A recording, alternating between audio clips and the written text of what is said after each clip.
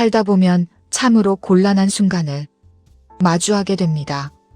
가슴 속에는 분명 하고 싶은 말이 가득 차 있는데 입 밖으로 꺼내자니 상대방이 상처받을까봐 두렵고, 그렇다고 꼭 참고 삼키자니 내 속이 문드러질 것 같은 그런 순간들 말입니다. 우리는 누구나 솔직한 사람이 되고 싶어 합니다. 가면을 쓰고 싶지 않고 내 마음을 있는 그대로 보여주고 싶어 하죠. 하지만 솔직함이라는 이름으로 뱉은 말이 때로는 날카로운 칼이 되어 소중한 사람의 가슴을 베어버리기도 한다는 것을 우리는 경험으로 알고 있습니다. 나는 뒤끝이 없어서 그래. 다 너 잘 되라고 하는 소리야. 이런 말로 포장하며 던진 돌멩이에 누군가는 피를 흘리기도 했습니다. 반대로 상처 주기 싫어서 입을 다물어버리면 어떻게 되던가요? 오해가 쌓이고 마음의 벽은 점점 높아져 결국에는 남보다 못한 사이가 되어버리기도 합니다. 그렇다면 우리는 어떻게 해야 할까요? 진심은 오롯이 전달하면서도 상대의 마음을 다치게 하지 않는 방법. 관계가 깨질까봐 전전긍긍하는 것이 아니라 오히려 그 말 덕분에 관계가 더 단단해지는 대화의 기술은 없는 걸까요? 다행히도 그런 방법은 분명히 존재합니다. 말은 마음을 담는 그릇입니다. 같은 물이라도 깨진 독에 담으면 새어버리지만 정갈한 찻잔에 담으면 향기로운 차가 되듯이 우리의 진심도 어떤 말주변에 담느냐에 따라 전혀 다른 결과가 나타납니다.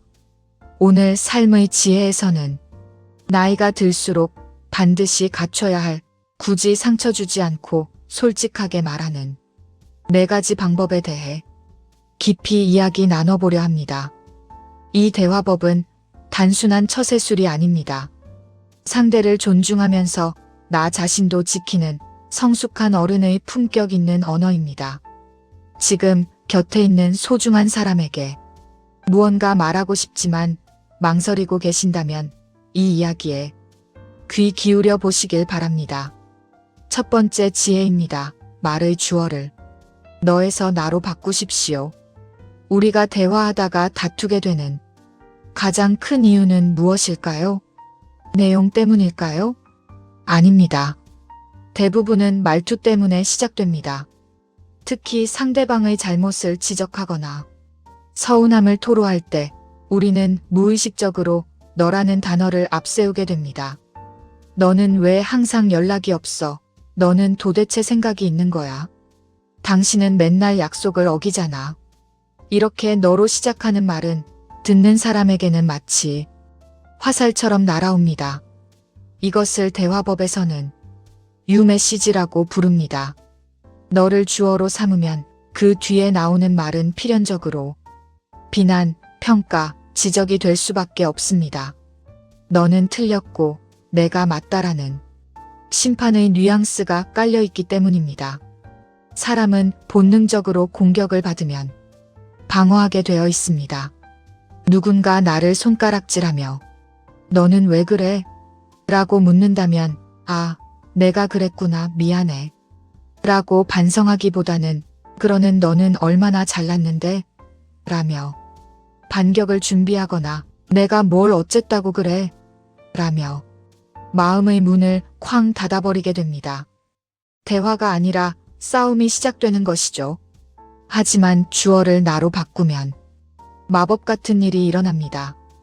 이것이 바로 아이메시지입니다. 상대를 비난하는 대신 그 상황을 겪고 있는 나의 감정과 나의 상태를 설명하는 것입니다. 예를 들어볼까요? 매번 약속 시간에 늦는 친구에게 너는 시간 개념이 없니? 매번 사람을 기다리게 해라고 말하는 대신 이렇게 말해보는 겁니다.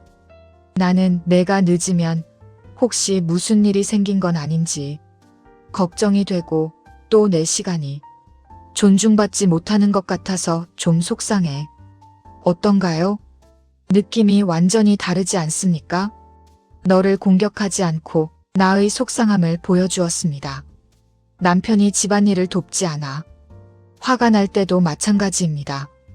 당신은 손 하나 까딱 안 해? 내가 파출부야? 라고 쏘아붙이기보다 나는 퇴근하고 와서 쉴 틈 없이 일하려니 체력적으로 너무 힘이 드네. 당신이 좀 도와주면 내가 훨씬 편안할 것 같아 라고 말하는 것입니다. 나로 시작하는 말에는 공격성이 없습니다. 그저 나의 진심 어린 호소가 담겨 있을 뿐입니다. 상대방은 비난받았다는 느낌이 들지 않기 때문에 방어 기제를 작동시키지 않습니다. 오히려 내 행동 때문에 당신이 힘들었구나, 미안해 라고 공감할 여유를 갖게 됩니다. 비난은 너로 시작되고 공감은 나로 시작됩니다. 상대의 행동을 바꾸려 들지 말고 내 마음을 보여주십시오. 주어 하나만 바꿔도 날카로웠던 대화의 공기가 봄바람처럼 부드러워지는 것을 느끼실 수 있을 것입니다. 두 번째 지혜입니다. 논리보다 감정을 먼저 인정하고 말하십시오. 우리는 흔히 솔직하게 말한다고 할 때 팩트 즉 사실관계를 따지는 것이라고 착각하곤 합니다. 내 말이 틀린 거 있어? 따져보자 라며 논리정연하게 상대의 오류를 조목조목 짚어줍니다. 하지만 여러분, 논리적으로 완벽하게 이긴다고 해서 그 사람의 마음까지 얻을 수 있을까요? 아니요. 말싸움에서 이기고 관계에서는 지는 가장 어리석은 결과를 낳을 뿐입니다. 사람은 감정의 동물입니다.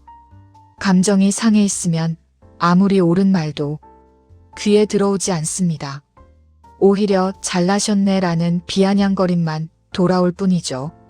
그래서 부드러운 대화를 위해서는 본격적인 이야기를 꺼내기 전에 감정의 완충지대를 만들어야 합니다. 대화를 시작할 때 지금 내가 느끼는 감정 상태를 먼저 솔직하게 고백해 보십시오. 내 말을 듣고 나니까 내가 지금 좀 당황스러워.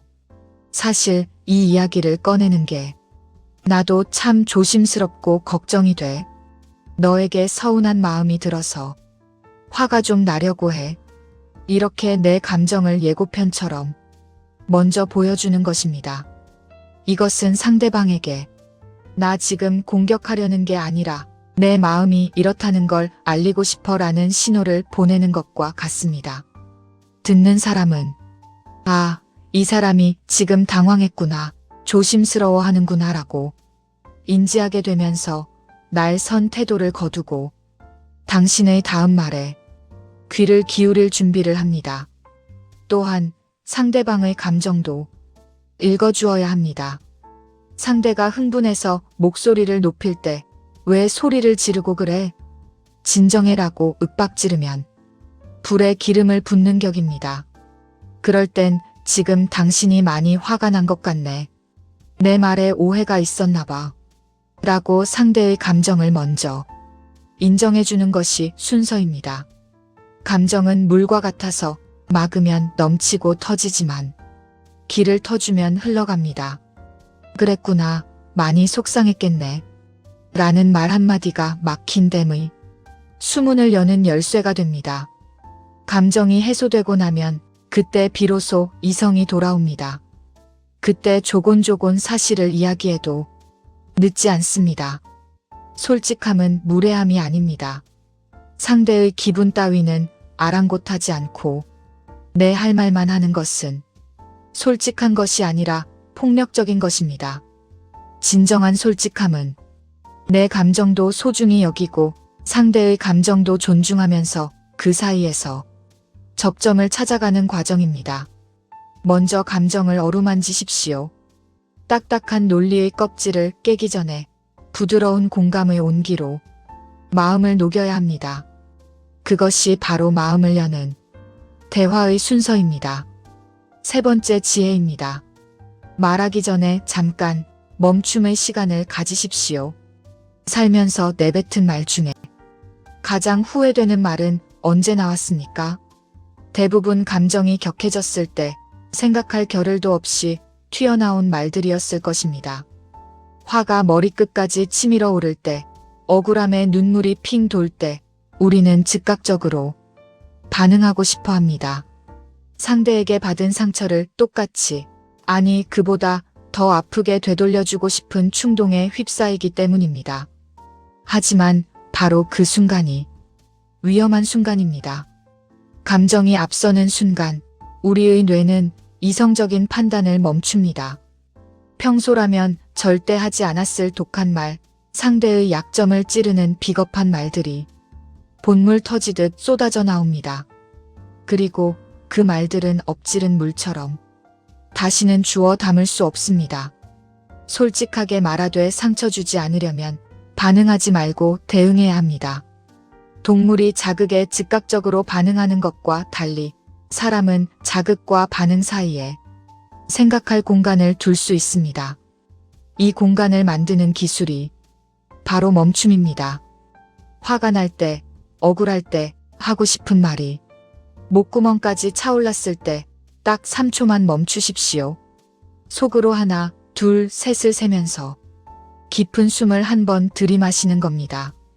이 짧은 찰나의 침묵이 상황을 완전히 뒤바꿀 수 있습니다.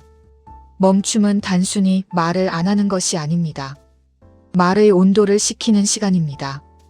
펄펄 끓는 뜨거운 국을 식혀서 내놓는 것처럼 감정의 온도를 낮춰서 상대가 받아들일 수 있는 따뜻한 말로 바꾸는 과정입니다. 어떻게 나한테 그럴 수 있어?